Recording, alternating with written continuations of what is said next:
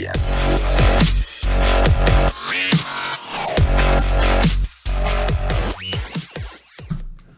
Welcome to the Wise Take DFS podcast. I am your host, CK013. You can find me on Twitter at CK_013.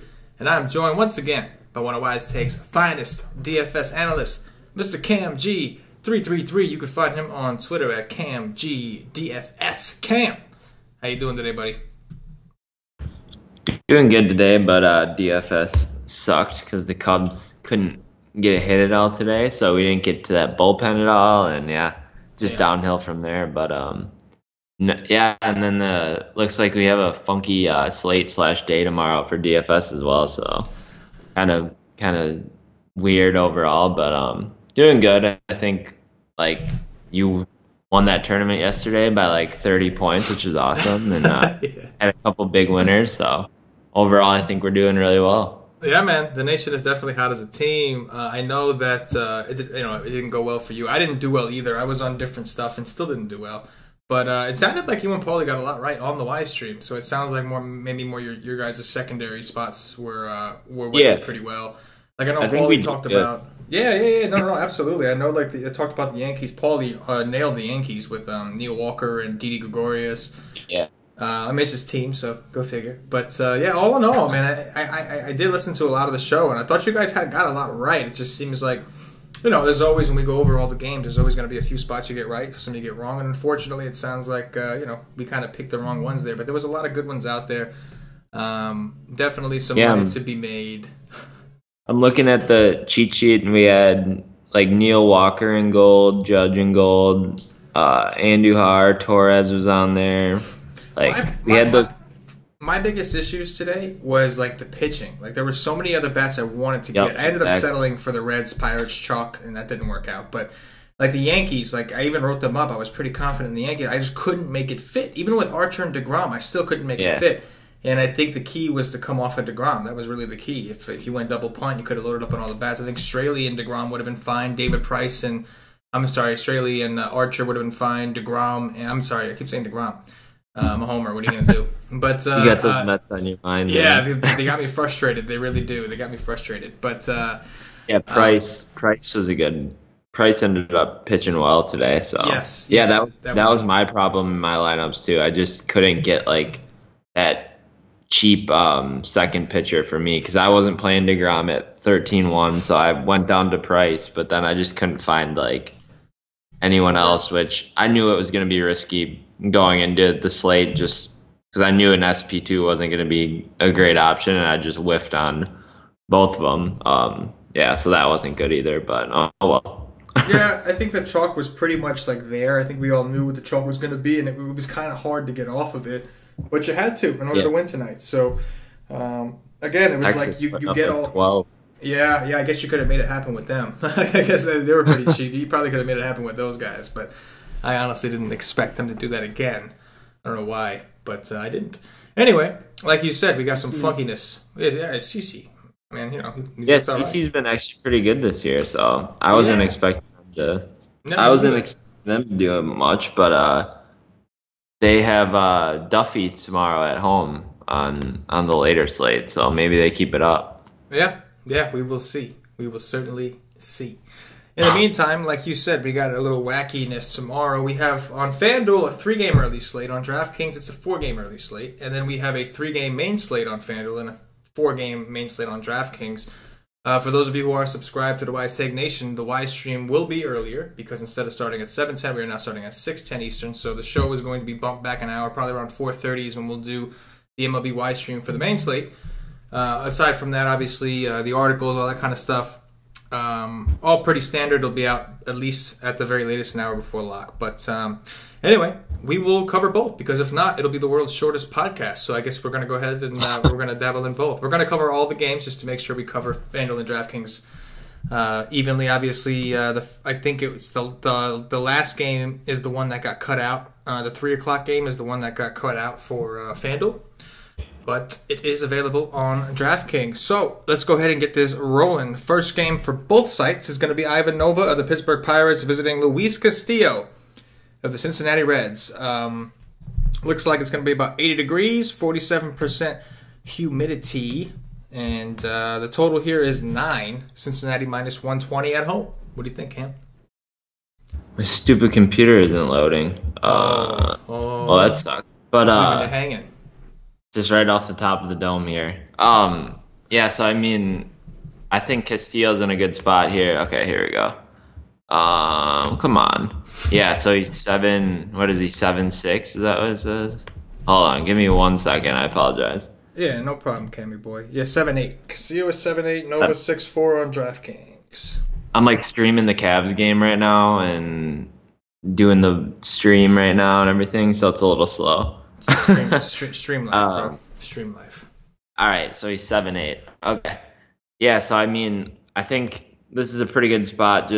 I know that Pittsburgh hasn't been striking out like as much, but their strikeout numbers have come up a little bit to begin the year here. I don't love like the situation pitching in this ballpark versus the Pittsburgh team with the lefties that they have, Polanco, Dickerson, Bell, Moran, and now Meadows incorporated into that lineup as well.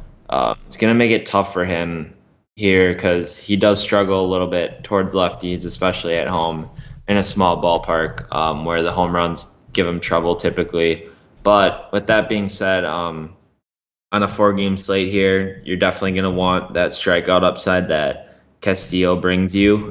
So I think he's definitely someone that you need to consider, especially on a 4-game slate here. I don't think you can be too picky, and I'm just breezing through the other options, and he looks pretty good when you're looking at the other ones here. So definitely like Castillo tomorrow on the slate. On the other hand, Nova here gone up against the Reds. Nova struggled versus lefties historically as well.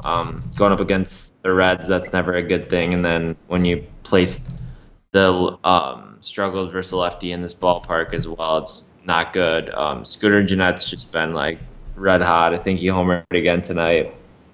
So I'm going to like the lefties again as well. Votto, Jeanette, Schebler, and doesn't look like Barnhart is in the projected lineup, but if he's in, I would play him as well. And then I never leave out Eugenio Suarez as well because I like that dude. For bats for Pittsburgh, I think, yeah, like the kind of the guys that I mentioned, I think you would just take a shot on the lefties like Dickerson, Polanco, Moran, Meadows, or Bell. My favorite's always Dickerson mostly for me. Polanco probably second.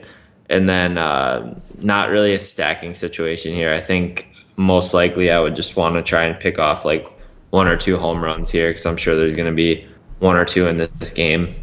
But don't know if I think they'll put up like high scoring numbers versus these 2 pitchers.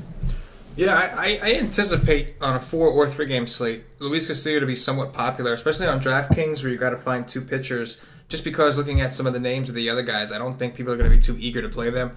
But it is going to be a tough spot. We got a small park. Luis Castillo, while he's looked better, still doesn't look quite like himself. And he's going up against a team that doesn't strike out a ton.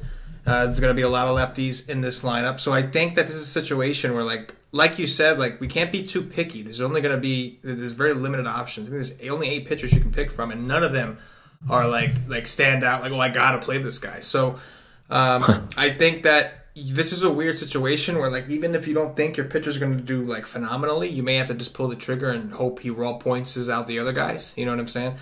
Yeah. So on the one hand, I think Luis Castillo is acceptable. On the other hand, I do think this is going to be a troublesome spot for him. The Pirates have let a lot of people down, and obviously, if Luis Castillo ends up being popular, that would mean that the Pittsburgh Pirates would go kind of low owned after being chalked pretty much 2 days in a row. So I could go to Pittsburgh in this ballpark, and for the Reds, I definitely have some interest in these Reds. They have hit Ivan Nova well in the past. Got a little BVP here. Scott Schebler is 7 for 19 with a home run. Only 1 strikeout. Eugenio Suarez, your boy, 7 for 18. We even have, I think, Tucker Barnhart, who's probably not going to play tomorrow because it is a day game. But even he's 6 for 15. So we do have a little bit of BVP here in terms of hits. Votto, 7 for 26. Not the greatest, but he does have a home run. So Yeah, I think Nova's a guy I'm going to want to pick on. I do anticipate the Reds to be fairly popular, but again, it's a 4-game slate. There's not a ton of room to work with. And I think this is a game where I'm more interested in the bats, but we may have to look at Castillo just because there's a lack of options elsewhere. Moving on. We've got Nick Tropiano of the Los Angeles Angels visiting Marco Estrada of the Toronto Blue Jays. Total here is 9.5.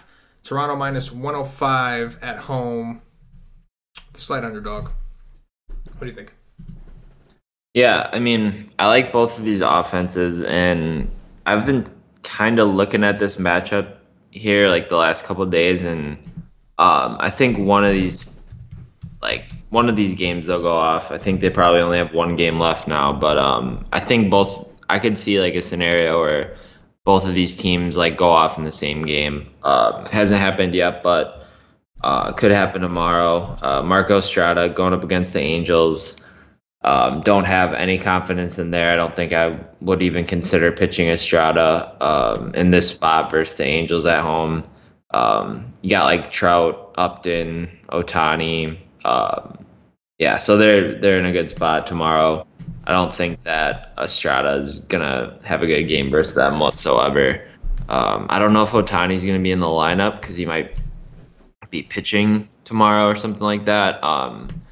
But he would be probably my favorite, and then like Upton, Trout, and then Pujols and Kinsler probably up there at the top, and then Cozart and Simmons is like the secondary options. And then on the other side, Tropiano, like I'm not really a Tropiano guy. I know sometimes on certain slates he picks up team. Maybe he will tomorrow a little bit, but he's just not a guy I usually ever play. Going up against Toronto, it's not really a spot I love to take pitchers in either. Pretty good hitters ballpark, and Toronto, while they do strike out a decent amount, they also hit for a lot of power and have guys that hit the ball really hard. So not going to go there either for pitching.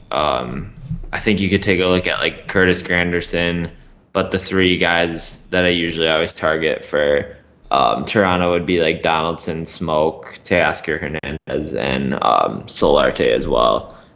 And Morales has been hitting the ball hard too, so if he's in the lineup, I don't mind him. Yeah, I think just going back to that Reds game real quick, I do want to mention, I forgot to mention this, Luis Castillo has the highest swinging strike rate on the slate. I just wanted to go back and mention that. He's actually got a really healthy looking swinging strike rate of, I think, 15.2%. He's actually, he's the highest swinging strike rate on both slates. So that is interesting. I know the Pirates don't strike out a lot. I still think some of these Pirate bats are in play, but it's something worth noting because it looks like we're going to be hurting for strikeouts. With that said, coming back to this game, of the two pitchers, I think Trop is the one I would lean to. He does throw a slider 25% of the time, so at least we know he has the capability. We know Toronto has struggled against the slider, although they did hit a slider. I think Garrett Richards, they were able to hit him a little bit. I'm with you. I think that Kendrys Morales, if we are looking for bats on Toronto, Kendrys Morales is a dude that I think we want to look to. I know Josh Donaldson's been cold, but he actually profiles okay against the slider, one of the few Toronto guys that can hit it. Other than that, I think Trop is going to be interesting for me. Like you said, Toronto does strike out. I do think Toronto puts up some runs. I'm just kind of hoping that Trop can rack up a few strikeouts just to raise his floor a little bit here. But at 6'8", could be worth a shot. One thing for sure is we don't have like a super big spend up. So I don't think people are going to be able to afford to play whatever bats they want. So it's really going to take some digging on this kind of slate. But yeah, I would lean Trop. I have no interest in Estrada either. Not against the Angels. He's a little bit reverse splitsy. Can't really throw his changeup to all these righties. So I do like the Angels stack. I do think the Angels will be in play. I think they wake up a little bit, take advantage of this smaller park. Something they failed to do over the last two nights. But I think this could be the spot, like you said. I do think. So basically, I think I'm all Angels for the most part in this game. Another thing for that Reds game, we just keep going back to that game. We just love that game. They're in the bottom of the 11th right now. Depending on how long that game goes, who really knows how much of an effect that's going to have on the bullpens. Like, that game lasts till midnight or whatever, 11 o'clock. Like, that could mess with the routine of, like, these hitters as well. And we know baseball players get messed up when they can't have their daily routine. So I could see that affecting the hitters as well in this game, where they're kind of lackadaisical, lethargic after a long like 12, 13, 14 inning game, and Castillo and Nova are able to go home right now and rest and everything, and we could see some watered down lineups too. We could definitely see some watered down lineups. But the Pirates could decide to just rest some people. I'm pretty sure it's a getaway day for them, so they can just decide to rest a bunch of people and just go out there and try to do it. So this is a very good point. We're going to want to check the lineups. If the Pirates put out some whack-ass lineup, that's going to make Castillo look a lot better, for sure. On to the next. We got Dylan Bundy of the Baltimore Orioles visiting Lucas Giolito of the Chicago White Sox. Going to finally be a little bit warm out there in Chicago. 75 degrees, 48% humidity. It has been around like under 60 degrees over there for the most part over the last few days. The total we have here is 9. Chicago plus 120 at home. What do you think? Yeah, looking at the slate, I like Bundy. I know he's always a risk going out, and whenever you're rostering him, he could get blown up. We've seen it a couple times already this year, but with that being said, he probably does have the most upside on the slate, especially in this matchup versus the White Sox here. Who knows what the lineup's going to look like as well early on in the day game. But for me, this would probably be the spot that's most appealing for me here. Bundy definitely has the highest ceiling. Do you know what Davidson got scratched for? No, I do not. I know he got scratched, but not exactly sure what it was. I saw like 5 minutes before Lockett got scratched. So I'm lucky I didn't have any of him. And then on the other side, Lucas Giolito going up against the Orioles here. It's an interesting spot. I think Giolito, what was the game that he came out? Oh, I'm thinking, dude, I literally get those guys mixed up every single day. Every Lopez, time we do a Ronaldo podcast. Lopez? Yes, every single time I think we do a podcast, I think it's Ronaldo Lopez, and then it's not Lucas Giolito. So I'm not going to have any interest in Giolito tomorrow, I don't think. Going up against Baltimore, I mean, this team just continues to let people down. They're gonna have a high run total. They're in a good spot once again, but I mean, we've seen it time and time again this year. Like Baltimore has a 5 implied run total, and they just don't do anything with it. I think you're best suited probably just trying to take a one-off like a Machado, Mancini, or like a Jones, and just kind of leave this Baltimore team alone when it comes to full stacks, because they just haven't been doing it. That's probably the approach I'm going to take here. Yeah, man, I don't blame you. Giolito is not a guy I typically like to roster. He's usually a guy I like to pick on, but the way Baltimore has been, you can make a case for almost any pitcher, it seems. We did see Dylan Covey go in there, had a great game against them today. Struck out 7 of these guys. They're striking out a lot. They're not really hitting. Machado is literally the only one who's been consistently swinging a good bat. But this could potentially be the spot. They're facing a guy that doesn't strike out a ton of dudes, 8.6% swinging strike rate, giving up some hard contact. Honestly, Giolito, I mean, I think the Giolito's xFIP is 6.89. So, if they can't hit this dude, then they are I think we have to call them at this point a AAA team. If they can't hit Giolito. That Covey guy that they're facing today, too, is he had an xFIP of 6, 4 home runs per 9. He literally had 4.5 home runs per 9 given up in an 8-inning sample size. I can totally I can totally see it though. People have been trying to go to Baltimore for 2 days, not working. Oh, and yeah. Now it's okay, forget them. They suck. They're terrible. Giolito's going to strike them out, and then I can see them doing it. On the other hand, though, I think because we are so hesitant on Baltimore, I think we have to acknowledge that then Giolito is an option, right? We're hurting for pitching. Yeah. We don't have a ton. I don't think we're not going to have to go down there for salary. I mean, everybody's pretty cheap. Even Bundy, who's one of the top arms on the slate right now, is only 8-1 on DraftKings. So it's not going to be a need. It's just more so we're looking for the safest options because there's not a ton of high upside options. So I want to dig in. I want to do some profiling and see how it goes. I want to get your thoughts on this because I mean I never do this, but maybe I decide to play this tomorrow, and I want to get your thoughts on it. Put a reliever or something. What would you think about playing Bundy with Chicago White Sox bats, one one or two. It's not right. Yeah, it's not something I normally do, but I know you don't either. But I understand the merit because we have some pitchers here that we do expect to get hit. Like I'm not looking at one pitcher and expecting them to shut anybody out. You know, like Bundy's got the best chance of that. But at the same time, I do believe Bundy will be the chalk option tomorrow. I think he's going to be the chalk pitcher, which means that these White Sox are going to go crazy low owned. And for good merit, like Bundy should be the chalk pitcher tomorrow. He's got the second highest swinging strike rate on the slate at 14.9%. He's shown mega upside at points this year, and you know for the stats that everybody else kind of looks at, I would think that he's gonna be the guy. And like people can't help it; they have to pay for the most expensive pitcher. Some people out there, it's like a mental thing; they have to. So it's like yeah. I think there's because if you're looking at like his game logs, right? So he's had 2 games this year where he's given up 2 or more home runs, and he's still gotten over 15 DraftKings points. That last time against Boston, he gave up 3 home runs and still scored 17. And one time against Toronto, he gave up 2 and still scored 28.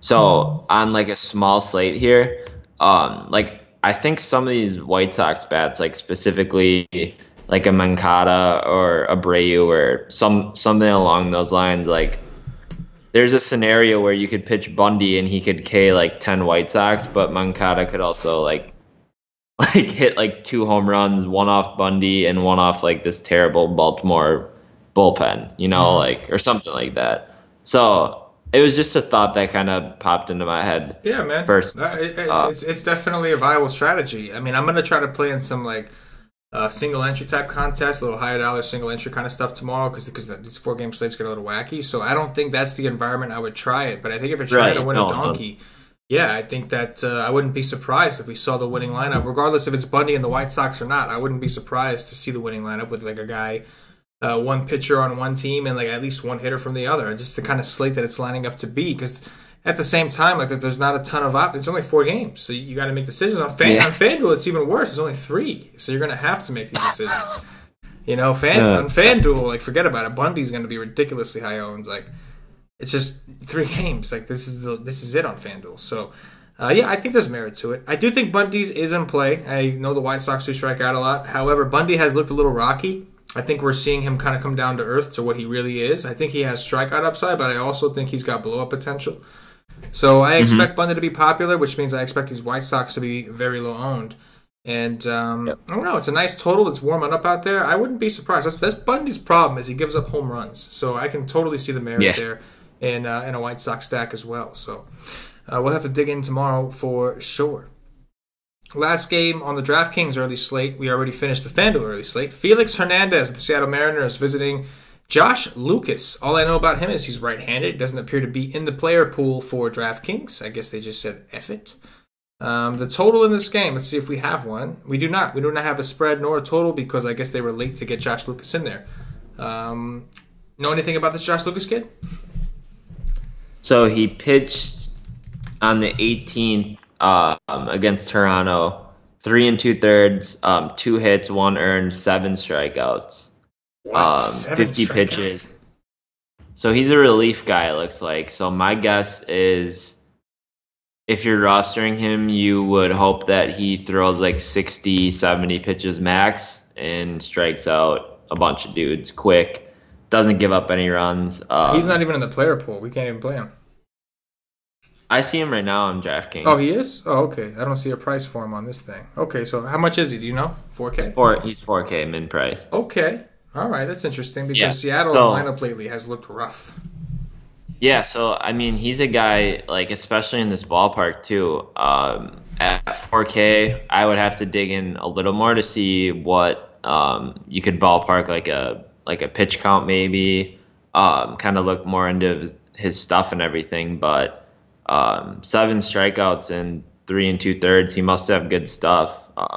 Maybe a good slider or something against Toronto, but looks to be pretty decent at first look here. Just looking at his game logs, I mean, he pitched 3 innings against Boston and only gave up 2 hits, so that's assuring. A lot of guys can't do that in the league right now. So I think you could take a look at this guy, especially at 4K. You could probably just if you play that guy, it's kind of a free for all with whatever bats you want then.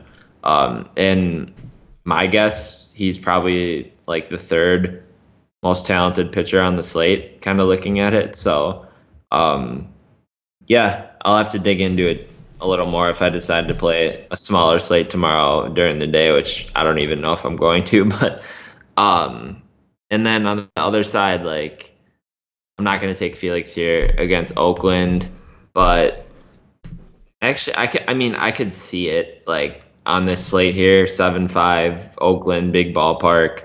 Oakland's been struggling of late. Chris Davis is out, kind of guy in the middle of the lineup. One less bat you're kind of worried about, but I don't know, just not for me. I don't think. I usually like to take Felix when he's at home. I know on the road against Oakland, similar ballpark, similar situation, but I think I just like the upside of some of the other pitchers that we're looking at a little bit better. And then when you're considering his price, he's in the same range as Castillo and Bundy. I would just rather go there personally. And the bats here in this ballpark, not really for me either, I don't think. Probably going to be a low scoring game. Yeah, well, that's kind of my issue here with this last game for DraftKings is there's only 4 games, so I don't feel like I can really ignore anything. I feel like I have to have a stand on each game. If my stand is going to be to fade the bats, then I might want to look at these pitchers. One thing I'll say about Josh Lucas, while he is extremely cheap, number one, we don't really need it because for like the most expensive guy is Bundy, and I think the next guy is Felix Hernandez at 7.5. So we won't need it, and because we won't need it, nobody will go there because they're not going to have to. Like, people don't like leaving salary on the table. They're going to try to do their best to spend every dime they can. So I think there's merit. One thing I will say about Josh Lucas, he has not started a game since 2013 when he was in Single A for the St. Louis Cardinals. This dude has been a straight reliever his entire career. And I have to wonder how long they're going to let him go. I would imagine 3 innings, maybe 3.5 innings is like the most they're going to let him go if that's what he did against Toronto. He was able to get all those strikeouts. It looks like in AAA this year that wasn't really his thing. He only had a 5.91 K per 9 over 9 actual appearances. So there's some stuff we got to look into. There were spots in the past where he did show some high K upside, but then there's spots where he didn't. So a little bit of a tricky situation against Seattle. I will say that Seattle has been putting out some pretty weak-ass lineups. I know Nelson Cruz did make a return today, but we've seen some pretty watered-down-looking lineups, especially with Cano gone. Like, they throw some guys out that look like they don't have a clue. Especially, like, it's one thing against lefties, but against righties, it's interesting. So, because of the ballpark, all that, I did think he's in play, like you said. We just have to look into how much he's going to actually go. And I think I do have some interest in Felix a little bit. Not a ton. I don't ever really play him, but I don't know for sure. But I want to say he actually has decent history against Oakland. I'm not positive on that because what I usually look to check, it's not currently updated for tomorrow's stuff yet. But I want to say that he's had some decent games against them, like even recently. So I could look to Felix. He could be an interesting pivot off of Dylan Bundy, who I expect to be very popular. Honestly, I wouldn't be surprised if Bundy Felix was like the 1-2. Initially, I was thinking Castillo Bundy, but it very well could be Felix Bundy as like the 1-2 chalk bill. I mean, they'll probably all be chalky. There's only 4 pitchers, or only 8 pitchers to choose from. So, I don't know for sure. It's Oakland, big park, good pitching environment. I think I could consider Felix, but I want to look into those profiles and see. I know Oakland likes to hit the sinkers and those low pitches, so that typically doesn't bode well for a guy like Felix. But again, I want to say that he's got decent history against them, but I'm not positive on that. I'll make it clear tomorrow when I write the early slate article. I'll kind of research that and clear it up. In the meantime, that's going to do it for the early slate. Let's move it over to the main. So on DraftKings, the main is going to start with this Houston-Cleveland matchup at 6:10 p.m. Eastern, which is 5:10 p.m. Central. Cammy boy. The FanDuel one is going to start with Rick Porcello Snell, so we will start with the Houston game and kind of transition in. Charlie Morton of the Houston Astros visiting Mike Clevenger of the Cleveland Indians. Looks like it's going to be about 71 degrees out in Cleveland, 50% humidity. Total in this game is 8. Cleveland plus 110 at home. What do you got? Yeah, this is interesting. My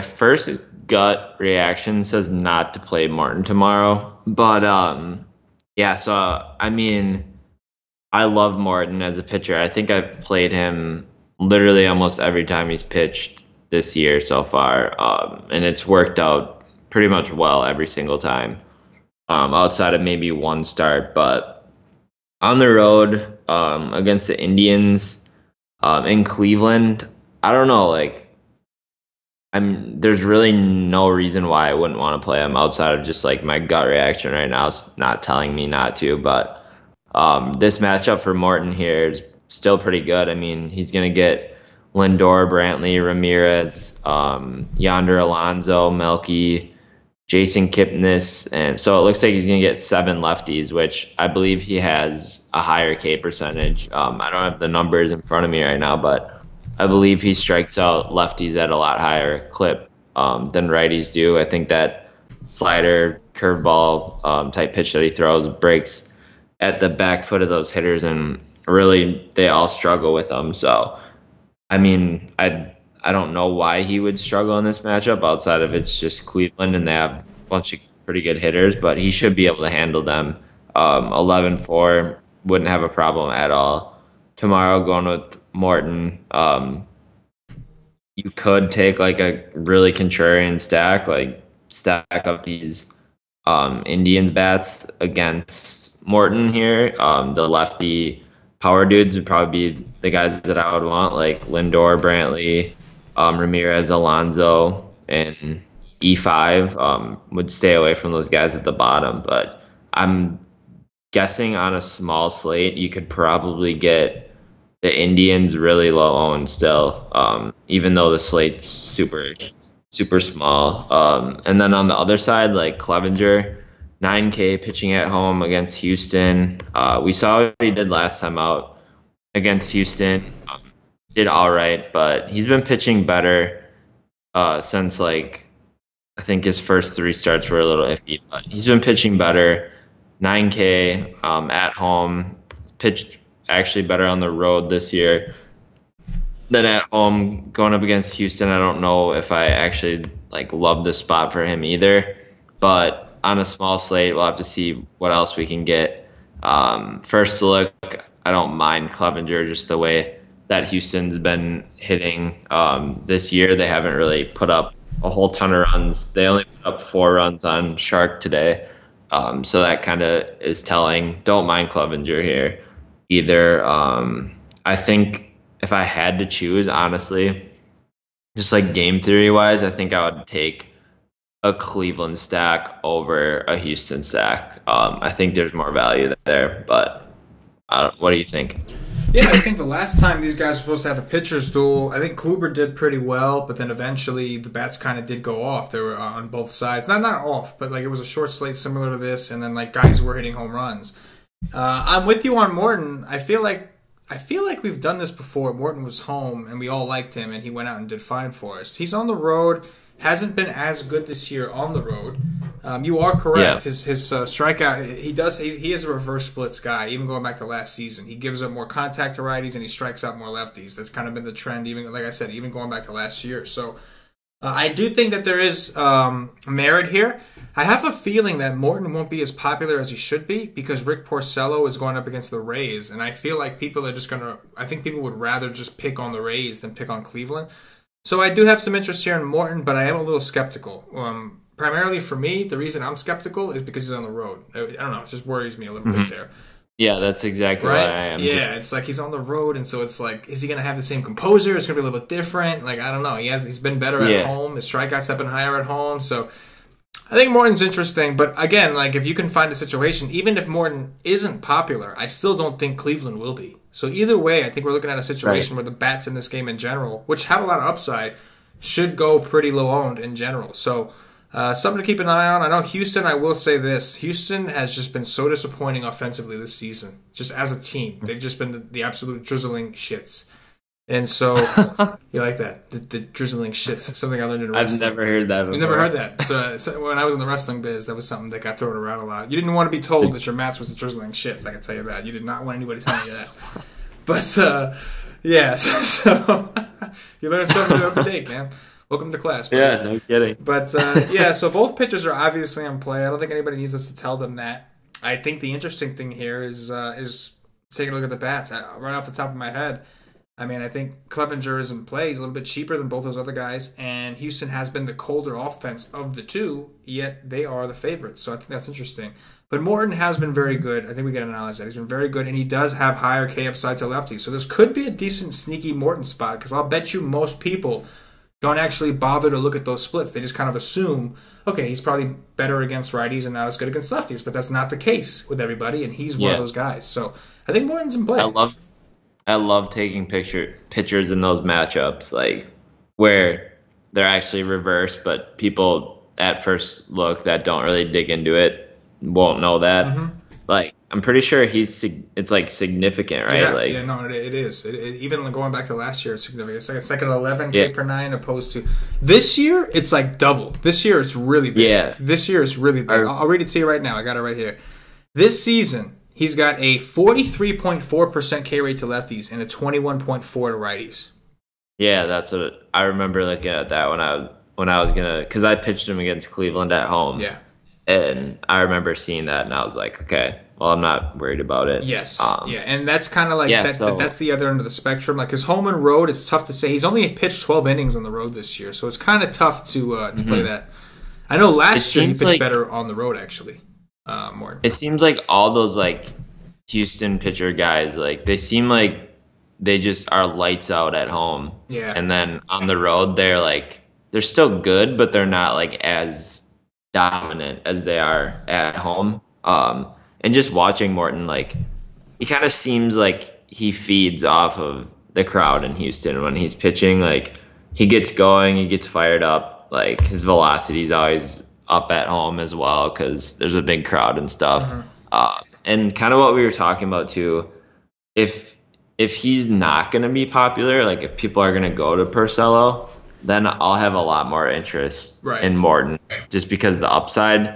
But if Morton is going to be the guy that everyone's going to, then I'm probably going to take a step back. Yeah, I completely agree. Yeah, you don't want Morton as chalk tomorrow on a 4-game slate. You're not going to want that.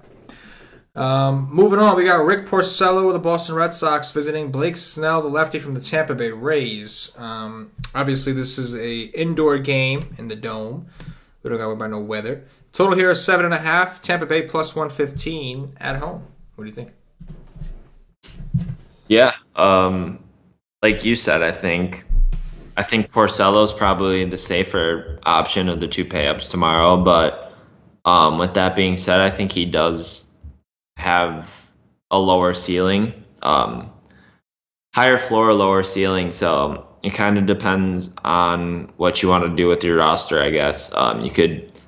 You could probably just plug Porcello in and then try and take a bunch of high upside bats.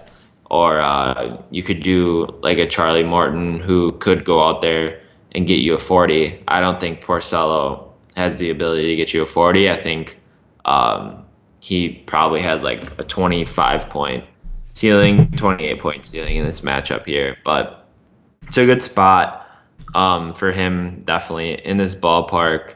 Tampa's been struggling recently. They started off hot, but definitely on the decline right now. So I'm not worried too much about the matchup. I believe he's pitched against them already this year. I think I saw that. And yeah, I got a 20. So I think like a 20 to 25 would be a fair estimate here for Porcello with limited upside, but definitely the safer of the two options. And then on the other side here, and I wouldn't target any bats against Porcello. On the other side, this is kind of where it gets interesting for me. So Blake Snell, he is a guy that I actually had in the cheat sheet last time against the Angels at home. He actually is someone I like respect as a pitcher. He's just gotten like really good this year. We kind of saw it last year how he flashed games having upside, and then this year he's had more of like a consistent kind of ceiling going like for 31, 26, 30, and has pitched against this Boston team actually twice this year, which is a little concerning. First game of the year putting up 14, second game of the year putting up 31. 31 at Boston. He was able to get 9 Ks in that matchup as well. So this is a guy who has really good stuff. I know it's definitely scary to go up against Boston, but at the same time, like on a smaller slate, you'll have to do some things that aren't going to make you very comfortable. And I'm guessing that no one's going to play Snell at all. And we've seen that he has a ceiling of 30 points. And even this year, he's gotten 30 points in this matchup in a worse pitcher's ballpark in Boston. So when you take into consideration the environment, pitching at Tampa usually more favorable for pitchers, or definitely is more favorable for pitchers, and consider that Snell does have upside with his high velocity fastball and his off speed stuff. I think there is merit to considering him, even though Boston has just been lights out recently. So for me, it would be the two pitchers, and you could take like Mookie Betts and JD Martinez. Those guys are just literally always in play and are red hot right now also. So that's where I'm looking, but I think mostly it's the pitchers in this one for me. Yeah, I think Porcello is going to be very popular, and for good reason. The Rays have been bad, but we got to keep an eye and see if Joey Wendell might be back. That's another lefty bat that could be in there that was actually playing pretty well.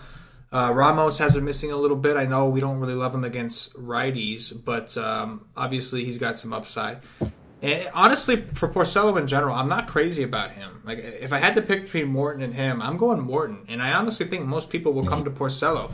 Even from a BVP perspective, Brad Miller is 13 for 46. That's a 283 average. He's got 5 home runs over his career. He does have 12 strikeouts. Don't get me wrong. It's not all one-sided. But over his career, he's got a 457 ISO against this dude and a 431 WOBA. Denard Span, another guy, 17 for 46, a 370 average. He only has 1 home run, but he's only struck it out 5 times. And he's even got a stolen base against him. So I do think there's a case to be made for Porcello being mediocre. I think that he has a decent floor in this matchup. I don't know what kind of ceiling he has. We saw the Rays really, really struggle these last 2 days. They are obviously a little banged up, and they're not good to begin with. But that was against left-handed pitching with some guys that are maybe a little inexperienced. Believe it or not, some of their better hitters are actually lefties. Like Denard Span is one of their better hitters. This guy, Joey Wendell, who nobody even knows, is probably one of their better hitters. And even Malik Smith and Duffy, like these guys, Brad Miller, they're all better than the guys in between, the right-handed guys that they were playing in their spots. So I don't think, I think Porcello will do fine. I just don't know if he's going to do like 11-2 fine. It is a 4-game slate, 3-game slate, so there is some merit there to just taking the guy's floor and moving on. Like on FanDuel, I'm more inclined to play him there because you really have no options on the other side. But I think I have way more interest in Blake Snell. I think you make a really good point about it. I was thinking the same thing. Boston has struggled a little bit more to lefties this season. It's very obvious. Mookie Betts, JD Martinez, and I guess you can maybe make a case for Xander Bogaerts, who I don't think is all that great of a hitter anyway, are the only guys that have really hit lefties this season. Hanley's been super reverse splitsy for most of his career. And the rest of the guys, like Devers and Bradley, are kind of out of the equation against the lefty. The guys you're left with in between, you're not all that intimidated. Benintendi's a lefty. So, yeah, I think there's merit in playing Blake Snell. He's $8K. So his price has come down from what we've seen. I know he's been a little on the rocky side, and I'm a little worried. He's got a super low BABIP, so that does worry me a little bit. But again, like he's in Tampa. He's at home. He's in a big park. If he was able to go out there and ball out against Boston in Boston, I think he could do pretty well here at home. And it's not like we need him to go out there and get us another 30. It's a 4-game slate, 3-game slate, so we won't need him for that. We just need him to do okay. And hopefully we can load up on some of the bats and take advantage because he's only 8K. But I do think that Blake Snell is definitely in play here. And I don't think too many people will go there. Obviously, the regular avid players are probably going to be smartened up to it. I'm sure that there'll be touts out there touting Blake Snell. But in comparison to some of these other SP2 options, maybe he won't be so popular. We know people do not like to target Snell. I just looking at the slate now, I feel like we're going to see a lot of like Davies, Porcello, maybe Davies, like Porcello, Clevenger, Morton, and Davies. I think those 4 will be kind of mixed in on DraftKings as far as ownership because the Mets have been so bad. And I don't know. I could be wrong, but I know people don't like to target guys against Boston. I know that for sure. So I do think, regardless of anything, I think Blake Snell is in play. Another thing worth noting, Blake Snell has the second highest swinging strike rate on the slate, this particular main slate. The only person above him is Charlie Morton. Charlie Morton is currently at 13.3. Blake Snell is currently at 13.1. So I do think there's some upside there, and we did get a little bit of a decreased price tag. I think that if this was a main slate, his price would be even lower. But because it's only 4 games, I think DraftKings decided to up him a little bit. They didn't want to go too low. But yeah, I think Snell's definitely in play. Yeah, I like him a lot, actually. Yeah. Danny Duffy, the lefty from the Kansas City Royals, visiting Austin Bibbins-Dirks of the Texas Rangers, who appear to be pretty hot. It's going to be 90 degrees, 45% humidity out there in Arlington, Texas. We don't have a spread nor a total just yet. What do you got? I mean, if my memory is right here, I believe Austin Bibbins-Dirks is not a good pitcher. I feel like I remember stacking up against him last year.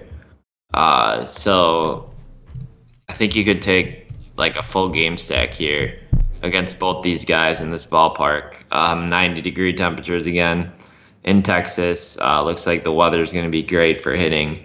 Kind of like you just said too, like Texas has been kind of like sneaky on fire. I believe they've put up, in this Yankees series, I think they've put up double-digit runs like 2 or 3 times. They hit Tanaka decent as well. So yeah, I think they're in play going up against Danny Duffy, who's just been giving up just a ton of like hits, contact, hard contact, like all sorts, everywhere, all around. Set 10 hits, 6 hits, 8 hits, 4 or 7 hits in 2 home runs, 4 home runs, 1 home run. Bring that in this environment against a team that's been producing a bunch of runs recently. Like, yeah, you can sign me up for Texas tomorrow.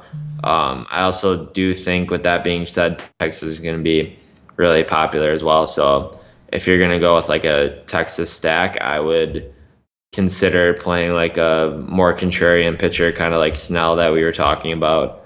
Along those lines, or if we get a feel for if Morton's going to be contrarian as well. I like that kind of idea there. The people I would be looking to take would be, I would start off with Isaiah Kinner-Falefa and Jurickson Profar, just because I do like those guys in the middle of the order. They like sneaky get on base a lot, actually. It seems like I've been rostering them, putting them in the cheat sheet almost every single day. I feel like just like they're 3-3 and 3-5, hitting in the middle of the order, and seem to be getting on base a lot. So I like those two going up against a lefty. Profar is a guy we kind of touched on. Now that he's getting to play every day, we see what he's been able to do. He was a top touted prospect, I think, like 2 years ago, and I think he's finally making a name for himself in the MLB. DeShields at the top, don't mind him, and then definitely can still take a peek at these lefties as well, even though going up against Duffy, like Mazzara seems to be a guy who at home, it doesn't really matter if he's facing a righty or a lefty, he can still take either hand this deep, and then Gallo's just literally in play every single day because he hits the ball like 105 miles an hour every time he hits it. So it doesn't matter what side he's taking. You're just always worried about contact with him, and Duffy's not missing many bats. So I think he's in play as well. And then Robinson Chirinos and the 9-hole I do like. I was watching the Texas game like 2 days ago, and they were kind of saying how he feels like really locked in right now at the plate. And looking at some of the numbers, he seems to be hitting the ball really hard as well. So I don't mind him. On the other side, Texas, I would stack against Bibbins-Dirks here. Mike Moustakas, Sal Perez would be my 2 main options that I would really look for. And then I think you could do like a Soler possibly, and maybe a Whit Merrifield. But for me, I think I would just most likely stay at Moose and Sal, unless if I research and I see like something that sticks out to me. But those two would be like my main targets. I don't love full stacking Kansas City. Yeah, I'm with you on the Kansas City. I think that they're definitely in play against Austin, Bibb, and Sturks. Texas also has one of the worst bullpens out there, so I think that there's a lot of upside coming from a team that's getting a huge ballpark boost and a huge weather boost in Kansas City. So they played a day game today, so they flew out after the game. They've kind of had all night to relax and chill, and they're going to have all day tomorrow to relax and chill. So I do like the Kansas City bats. My initial thought is yes, I want Texas. They're hot. The only problem I have with Texas is they are actually first in the league in strikeouts left-handed pitching. And if we look at their projected lineup, the righties they have are not very good players, in my opinion. Delino DeShields, Kinner, Falifa, Jerkson Profar. They're guys that have done well as of late, but I don't think they're very good overall players. It's not now. A lot of these guys are young. I'm not trying to like shut them down completely. So with that said, I think Texas is in play as a stack. I do think that a popular build we're going to see. We're going to see a lot of people try to pay up for two pitchers tomorrow. I think we're going to see a lot of double pay-ups on DraftKings, and then I think people are going to come to Texas because that could have worked today. You could have done the chalk DeGrom, the chalk Archer, and then you would have been fine if you would have stacked Texas. So I think that people today try to do that. And again, I do like Texas on the numbers. It makes sense. Duffy is a fly ball pitcher. This is not a very good environment for him. But he has still managed to somewhat maintain some of the strikeouts. His swinging strike rate isn't horrible. It's not good. It's not horrible. And even his K percentage isn't that bad. We have seen him, even when he's gotten blown up, we typically see him strike some guys out. So I don't want to completely rule out the possibility at 4-3. Again, the problem is I just don't know if I'm going to have to do that, right? There's only 4 games on DraftKings for me to choose from, so I don't think I have to. On FanDuel, there's no way. But on DraftKings, I don't want to completely rule out the Duff stuff, only because perception is really high on the Rangers now. Obviously, the first game, people didn't buy it. The second game, people didn't buy it. Now I think they buy in here against Dan Duffy. So if I get the feeling that the Rangers are going to be popular, that is not a chalk situation that I want any part of. Not when all their best hitters are left-handed, they're facing a lefty, and the guys you're left with all have high strikeout rates. So I think that initially, my first instinct is definitely the bats. Definitely the Royals bats. I really like the Royals. The Rangers, my initial instinct is to say yes, because it's Danny Duffy. But it wouldn't surprise me if Duffy goes out there and has a decent game. Do I think he gives up a few runs? Of course. But he's 4-3. And he still has a little bit of K upside in him, and I think the Rangers kind of bring that out a little bit. So it's interesting. I'm going to have to dig in on that tomorrow, see how Duffy has done against these Rangers in the past. Unfortunately, my tools that I use aren't down right now, so that ain't going to happen today. But it's going to be interesting. Definitely like the Royals bats 100% though. Last game here, man. Mano a mano, Cammy. It's my boys versus your boys. The battle of the suckfest. Who can suck the worst? Steven Matz, the lefty from the New York Mets, visiting Zach Davies of Cammy Boys, Milwaukee Brew Crew. The total here, of course, I guess I waited too long. Fucking thing went away. Oops, my bad. 8.5 is the total. Milwaukee minus 150 at home. Talk to me about your boy Davies. Talk to me about your Brew Crew. Yeah, man, we're first in the NL in wins, so there you go. We're looking pretty good so far. If we could get Jimmy Nelson back, I think we could be solid. Yeah, I mean, I like the Brewers definitely tomorrow. Yeah, they've been really hot recently, and I've told you this probably 1,000 times. When they're hot, they usually stay hot for a good amount of time, and then they'll just go flat cold. So I think you just want to like ride the hot streak here. Going up against a lefty in Miller Park. Yeah, really good hitters ballpark here as well. Getting Braun back as well, who hits lefties good. Hopefully they can keep Aguilar in the lineup as well. He's been smashing recently. Shaw's on fire. Yelich, Kane. I like them all. Perez is projected to be in there. And I hope actually they'll get Saladino in there. He's actually been hitting really well, so hopefully they could get him in. I don't know how they're going to make that work, but honestly, I know RC is really good at defense, but they should let him rest a little bit because he can't hit for crap right now. But yeah, I like the Brewers. On the other hand, like it's interesting. Davies pitching up against the Mets, right? So the Mets have been super cold, but Davies is just not a guy I trust. I know he pitches, he has good games here and there, but he also does struggle with the home run ball periodically. And there are just random starts where he can give up like he can give up a whole like 2 3 home runs at a time when he's just not locating because he throws like 89 90 miles per hour. I've seen it a couple times. He'll just go out there and there'll be starts where he just doesn't have it that day. So there's definitely a scenario where he could go out tomorrow and just not have it, missing his spots. And if he's missing his spots in Miller Park, that's never a good thing. Doesn't really matter to me how cold the Mets have been. You get the Mets team going into like a significant park increase here, going from Citi Field to Miller Park. So that's a favor for them. They do have a couple hitters like individually that have been hitting well. Just there's guys that like as a whole, I don't think their lineup's been hitting great.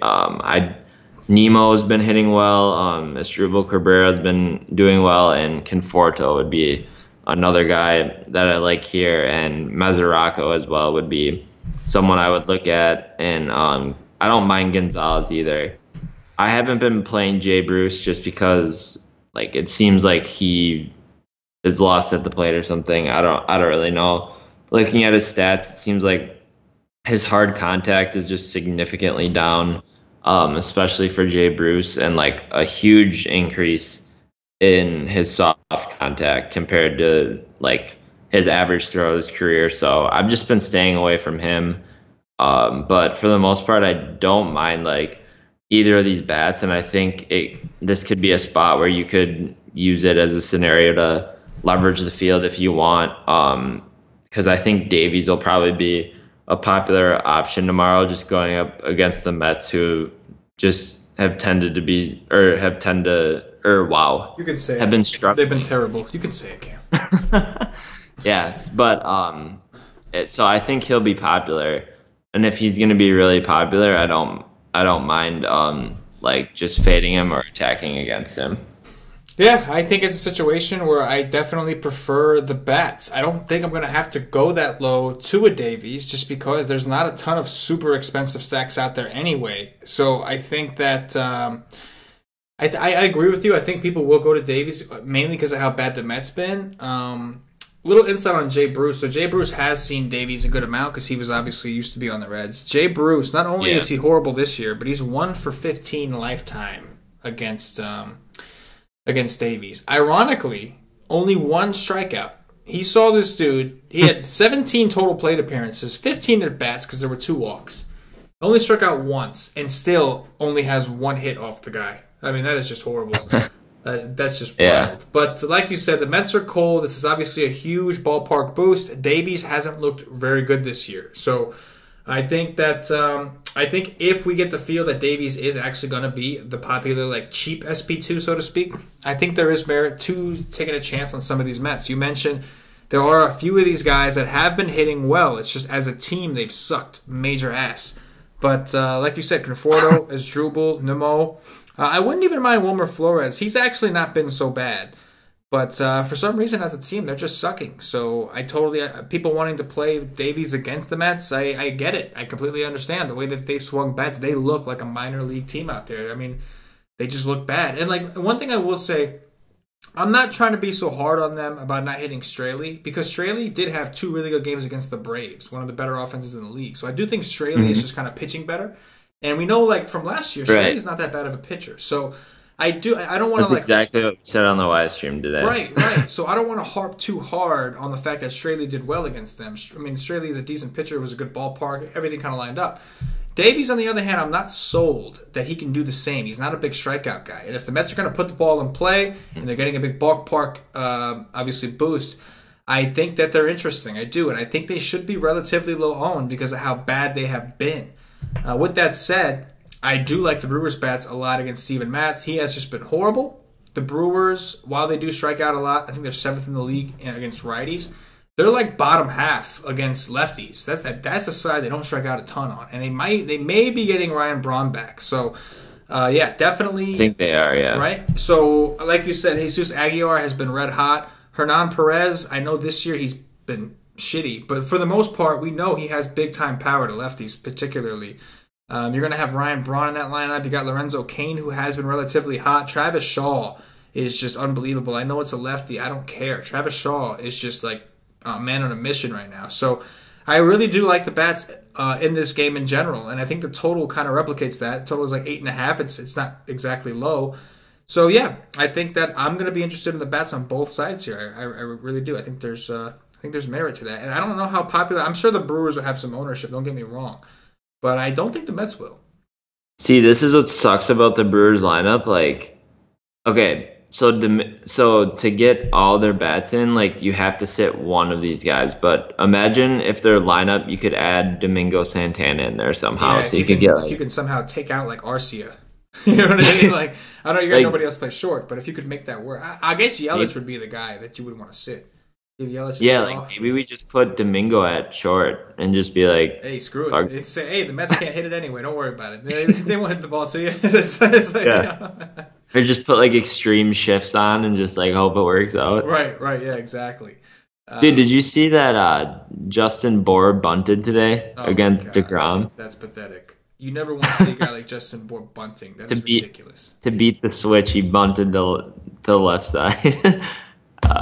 That was funny. That's how my day went. I made 3 lineups and I rostered him on one of them just because like worse when you have your power hitter up and he's bunting. Yeah. Oh my god, you're ready to swing at somebody when that happens. It's that kind of day. I was like, are you fucking serious?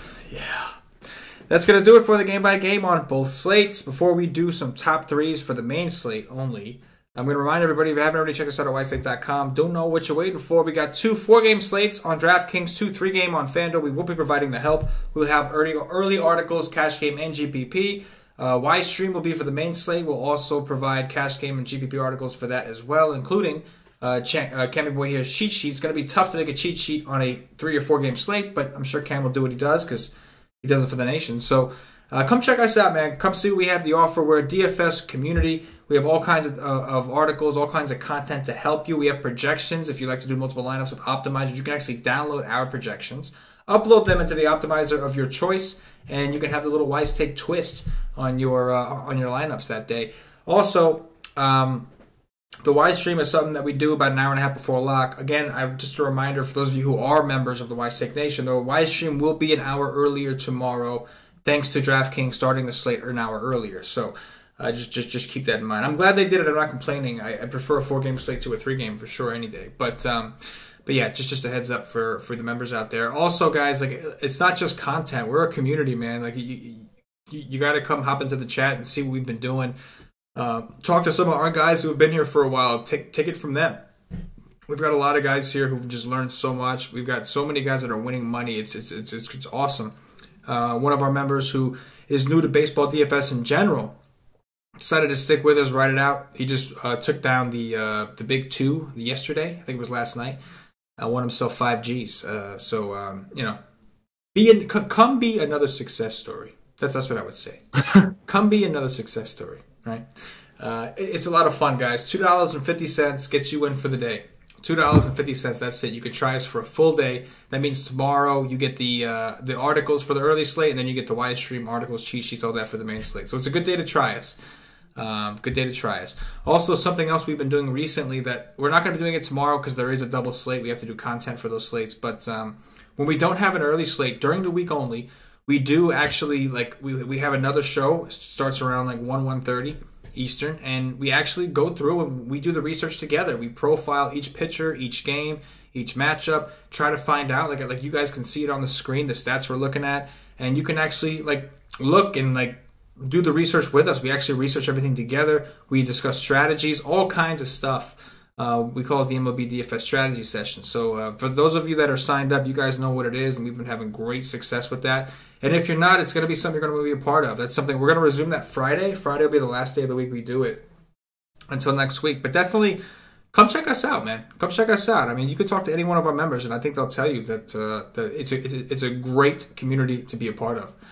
All right, Cam, let's do some top threes, my man. I know it's only we'll just do it for the main slate. We'll have articles and all that for the early. So, who are your top 3 main slate pitchers?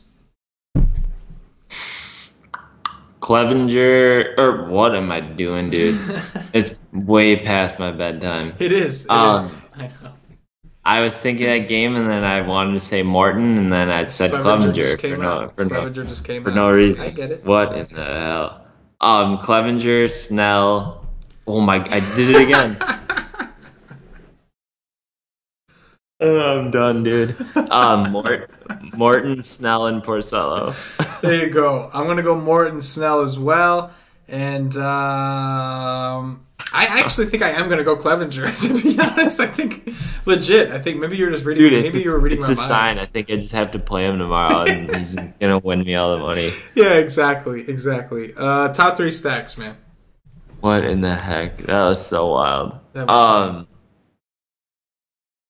Yeah, so I like the Rangers, Brewers, and I'll have to look into it more, but I think I want to look at like a really contrarian stack. I want to kind of look at these Cleveland bats here up against Clevenger, but in the Houston bats. Yeah, I would do Rangers. Brewers, Mets. Yeah, I'll go Royals, Brewers, Mets, but I agree. I want to look into some of these pitchers. I might look into to some of those Tampa bats, not a full, but maybe a mini, and might have to make a decision on Morton, Clevenger and attack one of those guys. But in the meantime, I would agree with you. My first, off the top of my head, I think in the order of the Royals, the Brewers, and then the Mets. Probably as of right now, my favorite 3 stacks. All right, that's going to do it for the Wise Take DFS podcast. If you're watching on YouTube, please click that thumbs up, that like button. Really helps us out. Subscribe to the channel so you're notified whenever we do one of these cool-ass free videos. If you're watching us on Facebook, please like and share to support the Wise Take Nation. If you're watching on Twitter or Twitch, give us a follow. You can find us on Twitter at @wise_take. Also, please like and retweet the podcast. Tag a friend, tag a buddy. You don't got no friends that you want them to make some DFS money? Don't be greedy. Share it with your friends. Share the wealth. There's plenty of money to go around. And, of course, if you're listening to us on Podbean or iTunes, give us some 5-star reviews. Help bump us up those charts. Really helps us out, guys. I ask you every day because it means a lot. And I don't like repeating it, but I do it because it's that important. So in order to keep us going, in order to keep us providing, at the very least, these free podcasts for you guys, that's all we ask in return is a little bit of support on whatever platform you are watching. Give us the likes, give us the thumbs up, whatever it is, subscribe, all that good shit, because it all means something to us. It means something to us. Cam, anything in closing?